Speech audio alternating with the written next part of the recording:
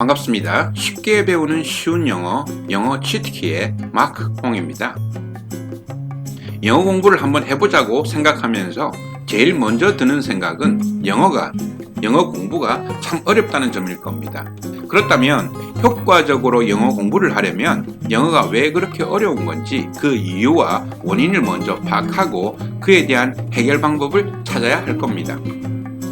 예를 들어 슬리퍼가 편하고 일상생활에 전혀 불편함이 없다고 해서 슬리퍼를 신고 북한산에 오르는 것이 그렇게 편하지만은 않을 겁니다. 이 문제는 쉽게 해결할 수 있습니다. 튼튼한 운동화나 등산화를 신으면 됩니다. 영어도 마찬가지로 용도에 맞는 신발을 신으면 됩니다. 그건 그닥 어려운 일이 아닙니다. 문제는 해결 방법을 알고 난 다음입니다. 우리들 대부분은 젓가락질을 오른손으로 하는데 익숙해져 있습니다. 그런데 오른손을 다쳐서 전혀 쓸 수가 없게 되었고 어쩔 수 없이 왼손으로 젓가락질을 할 수밖에 없다고 가정해 봅시다. 아픈 손이 다 낫고 깁스를 풀고 난 후에 양손을 다 쓸 수가 있으니까 참 좋다고 왼손으로 계속 젓가락질을 할 사람이 있을까요? 우리는 우리가 익숙한 공간, 익숙한 습관을 반복할 때 편안함과 안정감을 느낍니다. 누구든 낯선 공간에 가면 어색한 생경함과 두려움을 느끼고 익숙하지 않은 어떤 행동을 해야 할 때 불편함을 느낄 수밖에 없습니다. 그래서 아무리 효과적인 방법을 배우거나 알게 되더라도 우리의 심리는 효과나 좋은 결과보다는 익숙함, 편안함을 훨씬 더 강하게 지향하게 됩니다. 그럼 이제 영어가 어려운 이유와 원인을 구체적으로 같이 한번 찾아보겠습니다. 한 문장을 듣고 들리는 단어와 기억나는 단어가 뭔지만 확인하면 됩니다. The Galwan Valley clash shed blood in a remote Himalayan flashpoint where Indian troops eye territory their country has claimed for decades, but that's administered by China. 뭔 소리인지 하나도 모르겠는데 장난컨대 차이나는 들리고 기억에 남았을 겁니다. 자, 이제 이 문장을 직접 한번 보겠습니다.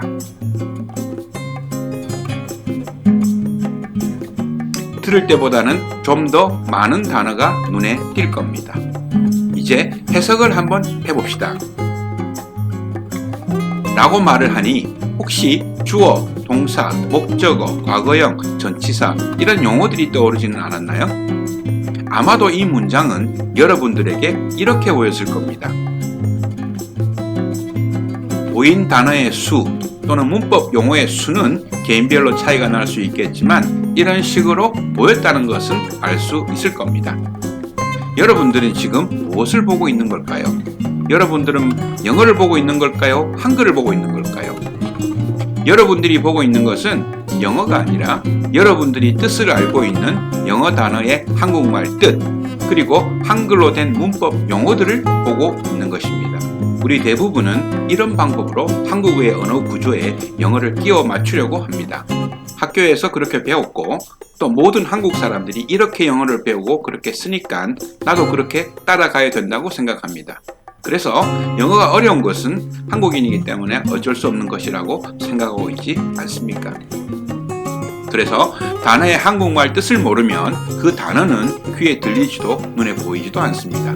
뜻을 모르는 단어들이 너무 많으면 그 문장은 어려운 문장이 되고 문법 적용이 안 되면 해석이 안 되는 어려운 문장이 되고 단어도 모르고 문법도 적용이 안 되는 경우에 영어 문장은 까만 것은 글자, 하얀 것은 종이일 뿐입니다. 답답하고 답답해지기 시작합니다. 우리가 한국말을 듣고 답하는 과정을 한번 살펴봅시다. 모국어를 사용할 때 뇌가 들린 소리에 반응하는 시간은 약 0.17초라고 합니다. 제가 두 가지 질문을 해볼게요. 이 화면에 있는 글자들의 색깔은 까만색인가요? 우리나라에서 인구가 가장 많은 도시는 부산인가요? 이 두 질문에 답을 하는데 소요된 시간은 채 1초가 되지 않았을 겁니다. 이것이 정상적인 언어 반응이고 정상적인 언어 반응의 속도입니다. 그렇다면 우리가 영어를 들을 때는 어떻게 되는지 한번 보겠습니다. 먼저 들린 영어 단어의 뜻을 기억해내고 그제서야 무슨 뜻인지 이해가 되고 한국어로 대답을 생각해내고 난 다음에 다시 그 한국어를 영작을 하고 혹시 실수할까봐 문법적으로 한 번 더 체크를 한 후에 비로소 대답을 합니다. 상당한 버퍼링의 시간이 필요합니다. 아무리 많은 영어 단어를 외우고 영어 문법을 완전히 암기하고 있다고 해도 0.17초 안에 영어를 한국말과 같은 속도로 반응할 수는 없을 겁니다.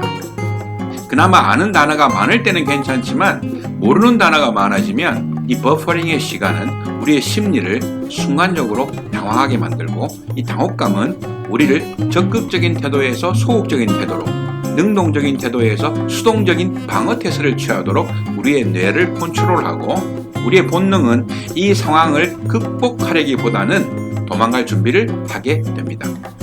이런 경험이 많아지고 잦아지면 상대의 친절한 태도와는 아무 상관없이 영어를 들을 때마다 긴장이 되고 스트레스를 받고, 이게 심해지면 소위 말하는 영어 울렁증까지도 경험하게 되는 것입니다.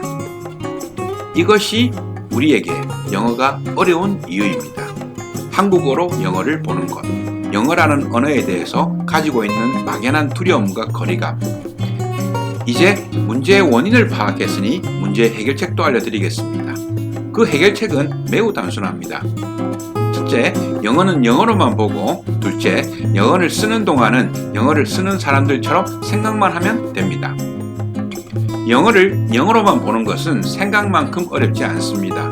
제가 그 방법을 알려드릴 거고, 여러분은 그 방법대로 하루 30분에서 1시간 정도 단순 반복 연습만 하면 누구나 영어를 영어로만 볼 수도, 영어를 쉽게 들을 수도 있습니다. 이 방법을 설명하기 위해서는 일정한 설명이 필요하기 때문에 다음 시간부터 진행하기로 하고, 오늘은 이 중 그 두 번째, 영어를 쓰는 사람들처럼 생각하는 것, 그것은 어떤 것인지 그 설명으로 강의를 마무리하고자 합니다. 여러분들은 지금 200년 전 미국의 서부 사막을 여행하고 있습니다. 사막을 열흘 동안 달려오느라 제대로 씻지도 못하고 사막에서 계속 노숙을 하다 보니 몹시 피곤합니다. 근데 저 멀리 지평선에 희미하게 마을이 보이기 시작합니다.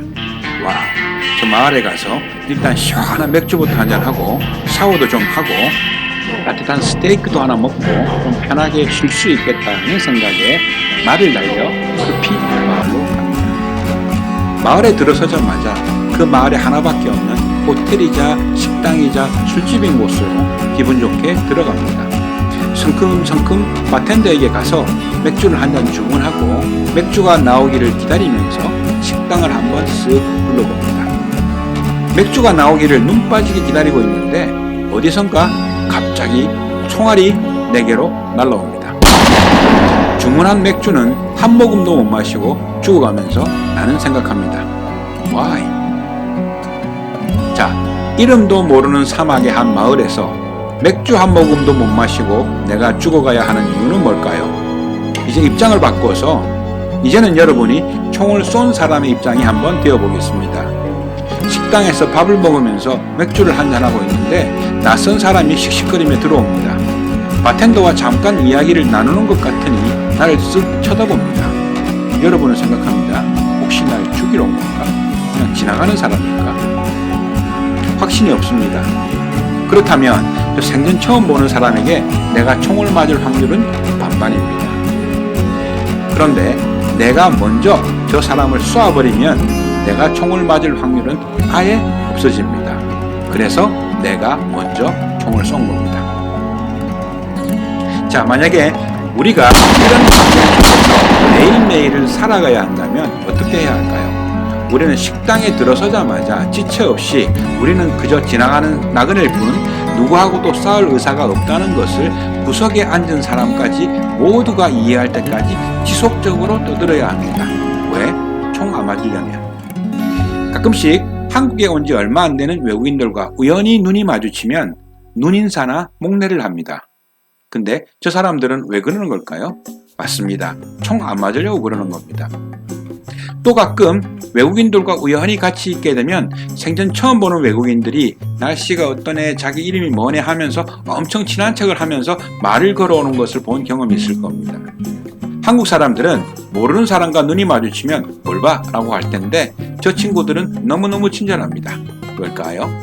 그렇습니다. 총 안 맞으려고 그러는 겁니다. 영어권의 기본 문화는 유목 문화입니다. 말 타고 이곳저곳 다니던 민족들이 늘상 만나는 사람들은 거의 대부분의 경우 모르는 사람들입니다. 매일매일 모르는 사람들을 만나야 하는 상황에서 불필요한 싸움을 피하기 위해서 그들은 어떤 문화를 가지게 되었을까요? 나는 적대 의사가 없다는 것을 만나자마자 상대가 수긍할 때까지 표현해야 했던 겁니다. 생존을 위해서, 불필요한 오해와 싸움을 피하기 위해서. 그래서 이들은 상대가 묻기 전에 먼저 빨리 용건을 이야기하는 문화를 가지게 됩니다.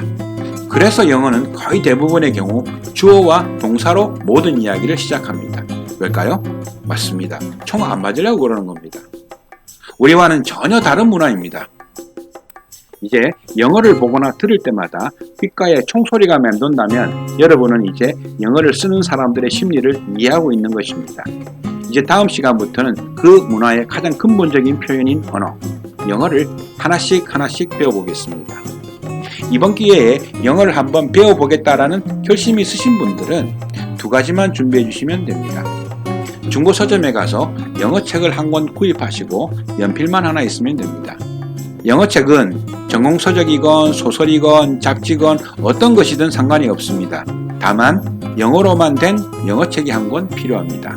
우리는 이 책을 영어라는 언어에 익숙해지기 위한 연습장으로 사용할 겁니다.